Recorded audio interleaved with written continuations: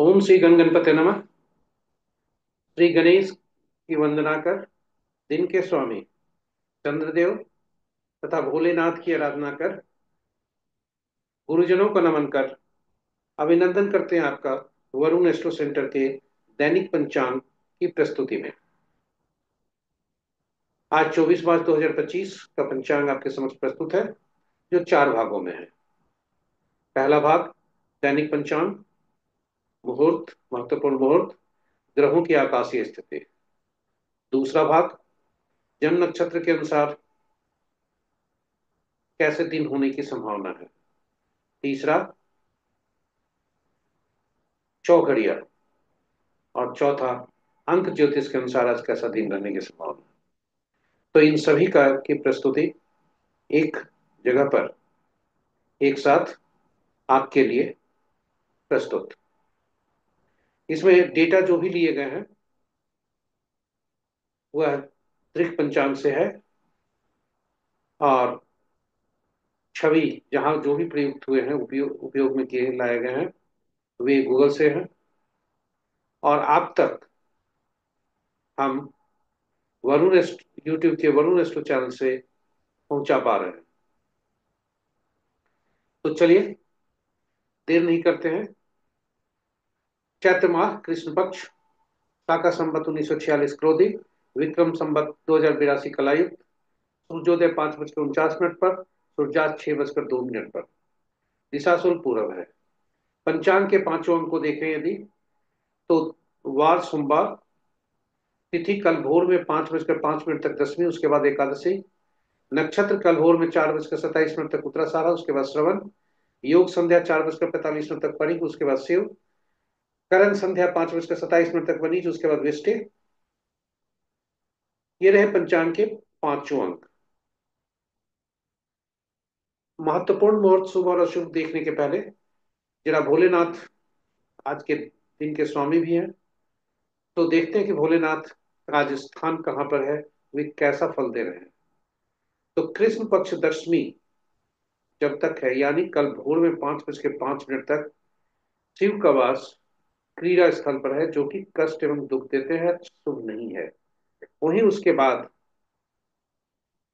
यानी कल भोर में 5:05 तक के पश्चात जब एकादशी होगा, तो भोलेनाथ की कृपा, भोलेनाथ का वास जो है कैलाश पर्वत पर होगा, जो कि सुखप्रद है, शुभ है।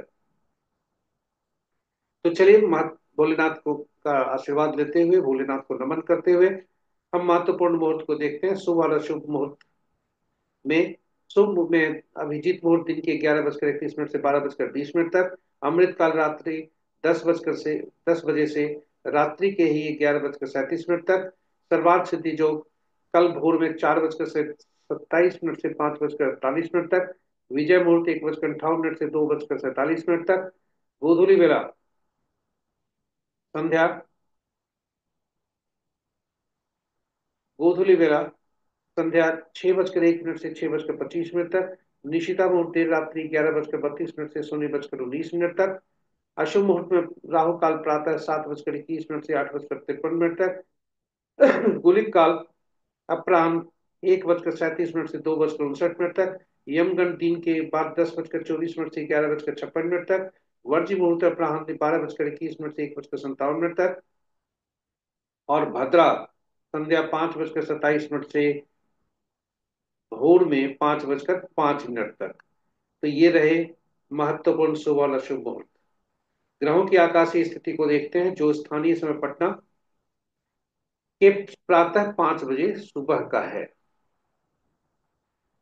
तो अंश अनुसार यदि देखें तो सूर्यदेव, बुधदेव, शुक्रदेव ये फलदायी है।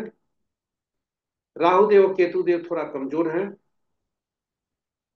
और चंद्रदेव स्थान परिवर्तन के लिए तैयारी में है, इसलिए पूरा अपने स्वभाव में परिवर्तन है उनका। मंगल देव के भी स्वभाव में परिवर्तन है, बृहस्पति देव और शनि देव के भी स्वभाव में परिवर्तन है। तो ग्रहों के राशि के अनुसार यदि देखें तो सात चंद्रदेव दिन में 10:25 तक के करीब वे धनु राशि से मकर राशि में प्रवेश करेंगे। और इस प्रकार राशि के अनुसार यदि देखें तो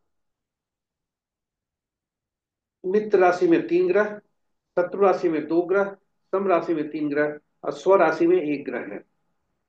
बृहस्पति और शुक्र आपस में राशि का परिवर्तन कर रहे हैं,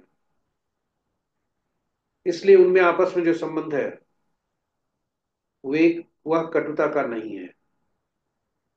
शक्ति देखें अगर राशि के अनुसार तो बृहस्पति सबसे ज्यादा शक्तिशाली ग्रह है, क्योंकि इनके राशि में पांच पांच ग्रह हैं।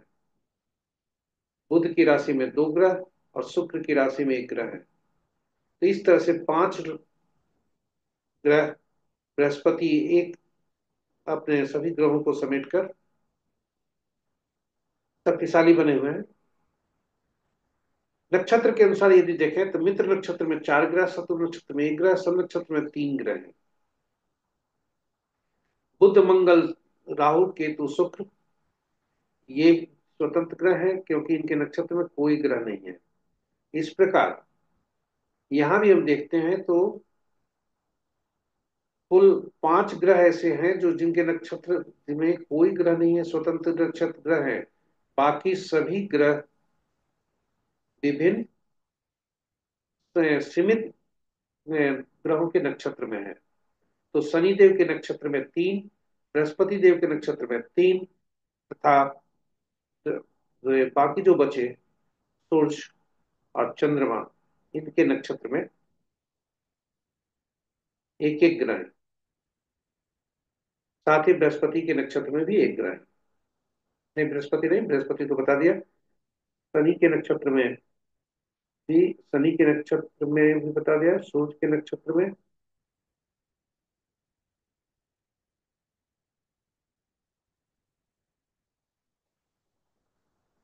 तीन, छह, सात, सात, तीन, ये 7 ग्रह के नक्षत्र में हुए। और 3 ग्रह, 5, 3, 8। तो ये इस प्रकार यदि हम देखते हैं कि शनि के नक्षत्र में, सूर्य के नक्षत्र में 2 ग्रह है। हाँ, सूर्य के नक्षत्र में 2 ग्रह है और चंद्रदेव के नक्षत्र में 1 ग्रह है। इस प्रकार शनिदेव के नक्षत्र में 3 ग्रह, बृहस्पति देव के नक्षत्र में 3 ग्रह, सूर्यदेव के नक्षत्र में 2 ग्रह और चंद्रदेव के नक्षत्र में 1 ग्रह है। तो इस तरह से हम यदि कहें कि आज का पंचांग यहीं पे समाप्त होता है, तो दैनिक पंचांग के संबंधित डेटा, इसका पहला भाग जो दैनिक पंचांग 24 मार्च का है यहाँ पे समाप्त।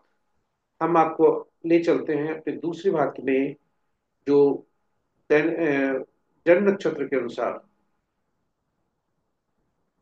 कैसा दिन रहने की संभावना है। तो देर नहीं करते हैं, चलते हैं दूसरे भाग में। स्वागत है आपका दैनिक पंचांग के दूसरे भाग में। जन्म पत्रिका में चंद्रमा जिस नक्षत्र में होते हैं वे इनके नक्षत्र समूह के स्वामी के अनुसार फल देखते हैं। नक्षत्र और नक्षत्र समूह के स्वामी तथा तारा चक्र पर हम अलग से वीडियो पोस्ट किए हैं, कृपया आप उसे जरूर देखें। यह आपको बहुत ही नक्षत्र का एक गूढ़ रहस्य खोलेगा और आपका ज्ञानवर्धन करेगा। आपके लिए बहुत ही उपयोगी होगा, क्योंकि नक्षत्र पर ही ग्रह काम करते हैं। तो एक अलग वीडियो हम पोस्ट किए हैं, कृपया जरूर देखें।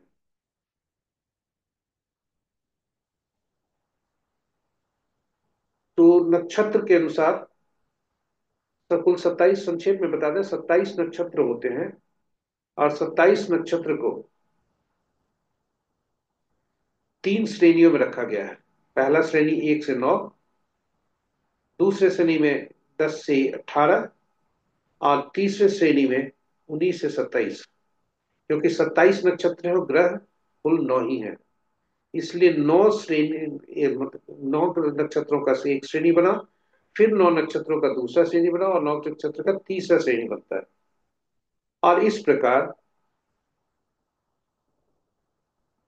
ग्रहों के जो 9 ग्रह हैं उनके से के का प्रत्येक 3 नक्षत्र को जोड़कर हर श्रेणी से एक एक ग्रह क्रमानुसार लेकर ग्रहों का से उनको जोड़ा गया, उनका स्वामित्व दिया गया।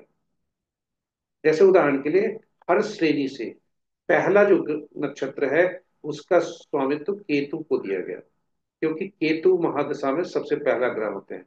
और महादशा में जो क्रम होता है ग्रह का, उसी क्रम में नक्षत्र समूह के स्वामी बनाए गए। जैसे पहला अगर समूह बना जो कि पहला 10वां और 19वां नक्षत्र को मिलकर, तो पहला जो ग्रह है केतु का स्वामित्व दिया गया। उसी प्रकार चौथा, 13वां और 22वां नक्षत्र का समूह चौथे नक्षत्र ग्रह को दिया गया, चंद्रमा को। उसी प्रकार कहें कि 7वां नक्षत्र पुनर्वसु, विशाखा, पूर्वभद्रा, इनका जो 7वां नक्षत्र समूह बना, ये 7वां ग्रह बृहस्पति को दिया गया स्वामित्व। और 9वां अश्लेषा, ज्येष्ठा और रेवती का स्वामित्व 9वां ग्रह जो महादशा के होते हैं उनको बुध को दिया गया। तो इस तरह से प्रत्येक ग्रह 3 नक्षत्रों के समूह को का स्वामित्व एक एक ग्रह को दिया गया। जन्म पत्रिका में चंद्रमा जिस नक्षत्र समूह में होते हैं, यानी नक्षत्र जिस नक्षत्र में होते हैं, उन सभी नक्षत्र समूह के जो स्वामी होते हैं वहां से पहला ग्रह गिना जाता है। और पहला ग्रह जो होता है मिश्रित फल देता है। और पहला उसके बाद क्रमानुसार यदि देखें तो पहला ग्रह के बाद यदि हम गिनती गिनते हैं तो तीसरा ग्रह, पांचवां ग्रह और 7वां ग्रह ये पीड़ादायक होते हैं, अशुभ फल देते हैं। वहीं जो जन्म पत्रिका में चंद्रमा जिस नक्षत्र समूह में होते हैं उनके स्वामी जो ग्रह होते हैं, वहां से पहला ग्रह जो हुआ, वहां से दूसरा, चौथा, छठा, 8वां और 9वां ग्रह जो हुए वे सुफलदायी होते हैं। ये महत्वपूर्ण है क्योंकि यही तारा ज्योतिष का सार है। तो यदि आज का हम नक्षत्र को देखें, 4:27 तक उत्तराषाढ़ा नक्षत्र है। ये सूर्य का नक्षत्र होता है। तो सूर्य के नक्षत्र में जन्मे जातक के लिए मिश्रित फल होंगे, दिन सामान्य होगा। वहीं वहां से तीसरा, पांचवा और 7वां जो ग्रह होते हैं वे क्रमशः मंगल, बृहस्पति तथा बुध होते हैं। तो ये अशुभ फल देंगे, पीड़ादायक होंगे। किन किन के लिए? यदि जो जातक मंगल के नक्षत्र में जन्मे हों, बृहस्पति के नक्षत्र में जन्मे हों, बुध के नक्षत्र में जन्मे हों, उनके लिए पीड़ादायक होगा। वहीं चंद्रमा, राहु, शनि, केतु और शुक्र के नक्षत्र में जन्मे जातक के लिए ये सूर्य शुभ फलदायी होंगे। तो आज का जो नक्षत्र है स्वामी है, वे शुभ फल देंगे। तो इस प्रकार हम कहें कि उत्तराषाढ़ा नक्षत्र आज का है। और सूर्य के नक्षत्र में जन्मे जातक के लिए मिश्रित फल होंगे। तो बुध, बृहस्पति और मंगल के नक्षत्र में जन्मे जातक के लिए अशुभता का संकेत है। शुक्र, केतु, शनि, राहु, चंद्र के नक्षत्र में जन्मे जातक के लिए शुभता के संकेत है। वहीं कल भोर में 4:27 के पश्चात और कल दिन तक, और संभावना है रात्रि भी, तो चंद्रमा के नक्षत्र में जन्मे जातक के लिए शुभता के फल होंगे, क्योंकि चंद्रमा का नक्षत्र ही होगा। मिश्रित फल होंगे। केतु, शनि और राहु के नक्षत्र में जन्मे जातक के लिए अशुभता के संकेत हैं। सूर्य, शुक्र, बुध तथा बृहस्पति, मंगल, ये नक्षत्र शुभता के संकेत, ये ग्रह शुभता के संकेत दे रहे हैं कल 4:27 के पश्चात। तो ये रहे जन्म पत्रिका में नक्षत्र जिस चंद्रमा जिस नक्षत्र में होते हैं उनका फल। हमारा तीसरा जो प्रस्तुति है वह है चौघड़िया ज्योतिष। चौघड़िया ज्योतिष पर भी हम अलग से वीडियो बना चुके हैं, आप कृपया उसे जरूर देखें। यह आपके चौघड़िया ज्योतिष पर ज्यादा मार्ग प्रदर्शन करेगा, मार्गदर्शक होगा। तो ये अभी तक हम दिन की बात करते रहे हैं। यह समय बताता है कि कौन सा समय किस कार्य के लिए उपयुक्त है। चौघड़िया कोई भी शुभ अशुभ समय को दर्शाता है और किसी भी शुभ कार्य को करने के लिए किया जाता है, चाहे पूजा पाठ हो या कोई अन्य मुहूर्त हो। इसको भी देखने के लिए चौघड़िया का उपयोग किया जाता है। यदि हम कोई मुहूर्त नहीं देख पाए या नहीं देखना चाहें तो हम केवल चौघड़िया को देखकर जरूर काम, कम से कम चौघड़िया जरूर देखना चाहिए। चौघड़िया कुल अगर हम देखें, दिन का चौघड़िया 8 होता है, रात का चौघड़िया 8 होता है, लेकिन कुल 7 ही चौघड़िया होते हैं। एक चौघड़िया का पुण्य की पुनरावृत्ति होती है। यानी जो सुबह का चौघड़िया होता है दिन के आरंभ में, और रात्रि के आरंभ में जो चौघड़िया होता है, वही दिन की समाप्ति और रात्रि की समाप्ति में वही चौघड़िया होते हुआ करते हैं। तो आज सोमवार है। सोमवार को जो है, और चूंकि 7 चौघड़िया होते हैं, 7 साप्ताहिक दिन होते हैं, इसलिए सातों चौघड़िया का साप्ताहिक दिनों से संबंध है। और साप्ताहिक दिनों का संबंध 7 ग्रहों से है, और 7 ग्रहों का संबंध 7 कर्मों से है।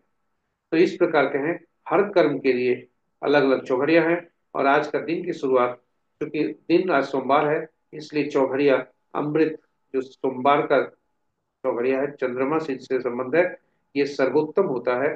किसी भी कार्य को करने के लिए यह उपयुक्त समय है। तो अमृत चौघड़िया से दिन आरंभ होता है, अमृत चौघड़िया से दिन समाप्त होता है।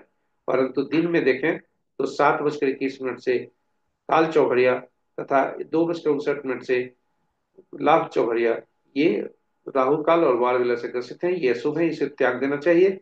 और रात्रि में उद्वेग चौघड़िया रात्रि के 11:55 से 1:24 तक काल रात्रि चौघड़िया से ग्रसित है, इसलिए इसे छोड़ देना चाहिए। तो ये रहे हमारे चौघड़िया ज्योतिष पर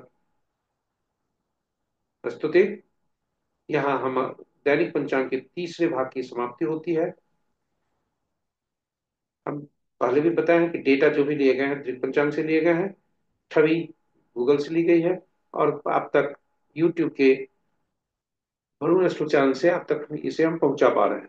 यदि अभी तक आपने हमारे चैनल को सब्सक्राइब नहीं किया है तो कृपया सब्सक्राइब कर दें तथा इसे शेयर भी करें, चैनल को तथा प्रस्तुति को, ताकि सभी को लाभ हो सके। और आपका सुझाव हमें इस प्रस्तुति को बेहतर बनाने के लिए निरंतर अपेक्षित है। तो चलते हैं अगली प्रस्तुति में। अंक, अगली और अंतिम प्रस्तुति में अंक ज्योतिष के अनुसार कैसा दिन रहने की संभावना है। तो अंक ज्योतिष में आपका स्वागत है। हम बराबर ये बताते आए हैं कि अंक ज्योतिष में हम कोई भी अंक हो उसे उसे सभी अंकों को जोड़कर, एक से ज्यादा अंक जब भी होते हैं तो अंकों को जोड़कर हम एकल अंक बनाते हैं। क्योंकि अंक ज्योतिष 1 से 9 अंक पर ही काम करता है, और इन्हीं 9 अंकों का ही उपयोग किया जाता है। और उन 9 अंकों को सभी ग्रहों से उनका संपर्क होता है, कैसा संबंध है उसी पर निर्भर करता है। तो आज का तिथि यदि 24/3/2025 को देखें तो कुल योग, दिन का योग, तिथि का योग 6 होता है, और तिथि माह और वर्ष का योग 9 होता है। ऐसे वर्ष का भी योग सीधा 9 ही होता है। तो अगर देखें तो किसी जो जातक 1/10/19 28 तारीख को जन्मे हैं, किसी भी दिन के किसी भी माह का, सूर्यदेव उनके स्वामी है, दिन उत्तम होने की संभावना है, 5 स्टार मिल रहे हैं सबसे ज्यादा, और 100% सफलता का दर होने की संभावना है। 2/11/20 29 तारीख को जन्मे किसी भी माह का व्यक्ति, उनका मूलांक 2 होता है, चंद्रदेव स्वामी होते हैं, दिन उतना अच्छा नहीं होने की संभावना है, 1 स्टार मिल रहे हैं, 30% सफलता का दर होने की संभावना है। 3/12/21 और 30 तारीख को जन्मे जातक के लिए किसी भी माह का 3 मूलांक होता है, बृहस्पति देव उनके स्वामी है, दिन उतना अच्छा नहीं हो सकता है, 2 स्टार मिल रहे हैं, सफलता का दर 40 से 50% होने की संभावना है। 4 मूलांक वाले इनका जन्म तिथि 4/13/22/31 तारीख को होता है, किसी भी माह का, राहु इनके स्वामी होते हैं। इन्हें सावधान रहने की जरूरत है, क्योंकि स्टार 2 ही मिल रहे हैं। परंतु यदि सावधान रहें, ज्यादा सोचे नहीं, अग्नि और वायु का मिलन है, तो 80% सफलता का दर होने की संभावना है। क्योंकि अग्नि को जलने के लिए वायु जरूर चाहिए, परंतु वायु को अग्नि नहीं चाहिए। पांचवा, 5 मूलांक वाले, आपका जन्म 5, 14, 23 तारीख को होता है किसी माह का, दिन सामान्य होने की संभावना 3 स्टार मिल रहे हैं, 80 से 90% सफलता का दर होने की संभावना है। 6 मूलांक वाले, आपका जन्म किसी भी माह का 6, 15, 24 तक को हुआ है, दिन सामान्य होने की संभावना है, 2.5 स्टार मिल रहे हैं, 80% सफलता का दर होने की संभावना है। 7 मूलांक वाले, 7, 16, 25 आपका जन्म तिथि है, तो केतु देव स्वामी बनते हैं, दिन सामान्य होने की संभावना है, परंतु 1.5 स्टार मिल रहे हैं, थोड़ा सावधानी जरूरत है, 60% सफलता का दर होने की संभावना है। और 8 मूलांक वाले, 8, 17, 26 तारीख को किसी का जन्म होता है, उनके स्वामी शनि देव बनते हैं, दिन सामान्य होने की संभावना है, 1.5 स्टार मिलते हैं, 30% सफलता का दर होने की संभावना है। और अंत में 9, 18, 27 तारीख को किसी माह का जन्मे व्यक्ति के लिए मूलांक 9 बनते हैं, मंगल देव स्वामी है। सावधानी जरूरी है, खास करके मंगल खून का कारक है, दुर्घटना का कारक है, तो एग्रेसिवनेस का कारक है, तो थोड़ा सावधान रहने की जरूरत है, क्योंकि 1 स्टार मिल रहे हैं और सफलता का दर मात्र 10 से 40% है। तो ये इसी के साथ हमारी दैनिक पंचांग 24 मार्च के 2025 की प्रस्तुति समाप्त होती है। हम कल फिर आपके साथ उपलब्ध होंगे, तब तक के लिए, जब तक हम आपसे विदा लें, आपसे आग्रह है कि यूट्यूब के चैनल को सब्सक्राइब करें, शेयर करें, तथा आप अपना सुझाव जरूर दें। इन्हीं शब्दों के साथ हम आपसे यहाँ विदा लेते हैं। भोलेनाथ की असीम कृपा आप पर बरसते रहे, आप चंद्रमा मन भी आपका ठीक रहे, क्योंकि चंद्रमा का दिन है। इन्हीं शब्दों के साथ हम विदा लेते हैं। जय भोलेनाथ।